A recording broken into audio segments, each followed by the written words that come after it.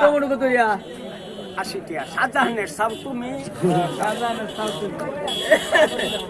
মামুর আছে না আমার মামুর বাড়ি মামুর বাড়ি ছিল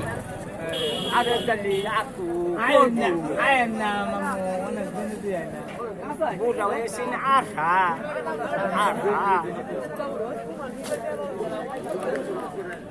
তুমি শাহজাহানের সাউ গো বেটা গাইজ দেখেন আমার কাকু হয়েছে পাগলা কাকু